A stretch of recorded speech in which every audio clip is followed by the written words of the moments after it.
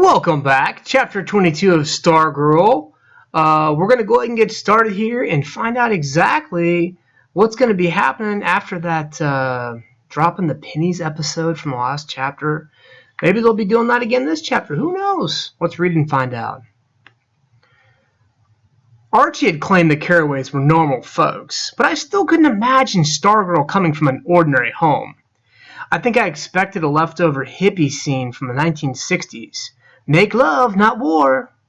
Her mother in a long skirt with a flower in her hair. Her father's face framed in a mutton chop sideburns saying groovy and right on a lot. Grateful Dead posters, psychedelic lampshades. So I was surprised. Her mother wore shorts and a tank top as she worked the pedal of the sewing machine with her bare foot. She was making Russian peasant costume for a play to be presented in Denver. Mr. Carraway was on a stepladder outside painting windowsills. No mutton chops. In fact, not much hair at all. The house itself could have been anyone's. Glossy bentwood furniture, throw rugs over hardwood floors, Southwest accents, and an Anasazi-style wedding was vase here, a Georgia O'Keeffe print there. Nothing to proclaim. You see me? She came from here? Same with the room. Except for Cinnamon's blue and yellow plywood apartment in one corner, it might have belonged to any high school girl. I stood in the doorway. What? She asked. I'm surprised, I said. At what? Well, I thought your room would be different. How so? I don't know. More you. She grinned. Stacks of fillers? A card-making operation? Yeah, something like that. That's my office, she said. She let Cinnamon out. He scurried under her bed. This is my room. You have an office? Yep. She stuck her foot under the bed. When it came out, Cinnamon was aboard. I wanted to have a place all to my own where I could go to work. So I got one. Cinnamon scampered out of the room. Where is it? I said. She put her finger to her lips. Secret. But I know one person who knows, I said. She raised her eyebrows. Archie. She smiled. He was talking about you, I said. He likes you. He thinks the world of me, she said. I think of him as my grandfather. My inspection yielded two curious items. One was a wooden bowl half filled with sand-colored hair. Yours? I said. She nodded. For birds, looking for nest materials. I put it out in the spring. Been doing since I was a little girl. I got more business up north than here. The other item was on a bookshelf. It was a tiny wagon about the size of my fist. It was made of wood and looked like it might have been an antique toy. It was piled high with pebbles. Several other pebbles lay about the wagon wheels. I pointed to it. You collecting stones or what? Oh, that's my happy wagon, she said. Actually, it could just be called my unhappy wagon, but I prefer happy. So what's it all about? Oh, it's about how I feel. When something makes me happy, I put a pebble in the wagon. And if I'm unhappy, I take a pebble out. There are 20 pebbles in all.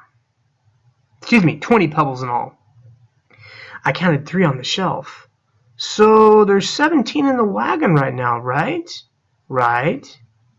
So that means what? You're pretty happy? Right again. What's the biggest number of pebbles you've ever been in the wagon? She gave me a sly smile. You're looking at it. It didn't seem like a pile of pebbles anymore. Usually, she said, it's more balanced. It hangs around 10, a couple one to the side or the other, back and forth, like life. How close to empty did the wagon ever get? I said. Oh. She turned her face to the ceiling, closed her eyes. Once down to 3. I was shocked. Really? You? She stared. Why not me? We don't seem the type. What type is that? I don't know. I groped for the right words. The 3-pebble type? She offered. I shrugged. She picked up a pebble from the shelf and with a grin dropped it in the wagon. Well, call me Miss Unpredictable. I joined the family for dinner. 3 of us had meatloaf. The fourth, guess who, was a strict vegetarian. She had tofu loaf.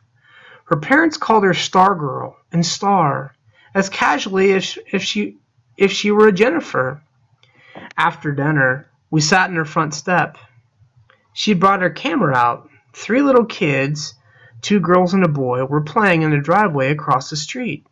She took several pictures of them. Why are you doing that? I asked her. See the little boy in the red cap, she said. His name is Peter Sinkowitz. He's 5 years old. I'm doing his biography. Sort of. For the 10th time that day, she had caught me off guard. Biography? Peter Sinkowitz was coasting down his driveway in a 4-wheeled plastic banana. The 2 little girls were running, screaming after him. Why would you want to do that? She snapped a picture. Don't you wish somebody came to you today and gave you a scrapbook called The Life of Leo Borlaug? And it's a record, like a journal of what you did and such, and the date and when you were little, from the days you can't remember anymore. And then there's pictures, and even the stuff that you dropped or threw away like a candy wrapper. And it was all done by some neighbor across the street. And you didn't even know she was doing it. Don't you think that when you're 50 or 60, you'd give a fortune to have such a thing? I thought about it. It was 10 years since I'd been 6. Seemed like a century. She was right about one thing. I didn't remember much about those days. But I didn't really care either. No, I said, I don't think so. And anyway, don't you think his parents are doing that? Family albums and all? One of the little girls managed to wrest the banana roadster away from Peter Sinkowitz. Peter started howling. Oh, I'm sure they are, she said, snapping another picture. But those pictures in those moments are posed and smiling. They're not as real as this. Someday, he's going to love this picture of himself bawling while a little girl rides off on his toy. I don't follow him around like we did Clarissa. I just keep an eye out for him, and a couple times a week I jot down what I saw him doing that day. I'll do it for a few more years, but I'll give it to his parents to give him when he's older, and they'll really appreciate it. A puzzled look came over her face. She poked me with her elbow. What? Huh? I said. You're staring at me really funny. What is it? I blurted, Are you running for saint? I regretted the words as soon as they left my lips. She just looked at me, hurt in her eyes. Sorry, I said. I didn't mean to sound nasty. Well, how'd you mean to sound? Amazed, I guess. At what? I laughed. What do you think? You! I laughed again. I stood before the steps facing her. Look at you. It's Saturday. I've been with you all day, and you spent the whole day doing stuff for other people. Or paying attention to other people. Or following other people. Or taking pictures of other people. She looked up at me. The hurt was gone from her eyes. But not the puzzlement. She blinked. So, I don't know what I'm saying. Well, it sounds like you're saying I'm obsessed with other people. Is that it? Maybe it was the angle, but her fawn's eyes, looking up at me, seemed larger than ever. I had to make an effort to keep my balance lest I fall into them. You're different, I said. That's for sure. She batted her eyelids and gave me a flirty grin. Don't you like different? Sure I do, I said, maybe a little too quickly. A look of sudden discovery brightened her face. She reached out with her foot and tapped my sneaker. You know what your problem is? Really, I said. What? You're jealous. You're upset because I'm paying all this attention to other people and not enough to you. Right, I sniffed. I'm jealous of Peter Sinkowitz. She stood. You just want me all to yourself, don't you? She stepped into my space. The tips of our noses were touching. Don't you, Mr. Leo? Her arms were around my neck. We were on the sidewalk in front of her house in full view. What are you doing? I said. I'm giving you some attention, she cooed. Don't you want some attention? I was losing my battle for balance. I don't know, I heard myself say. You're really dumb, she whispered in my ear. Yeah? Yeah. Why do you think there are 18 pebbles in my wagon? And then the last remaining space between our lips was gone, and I was falling headlong into her eyes right there on Palo Verde after dinner. And I can tell you that was no saint kissing me.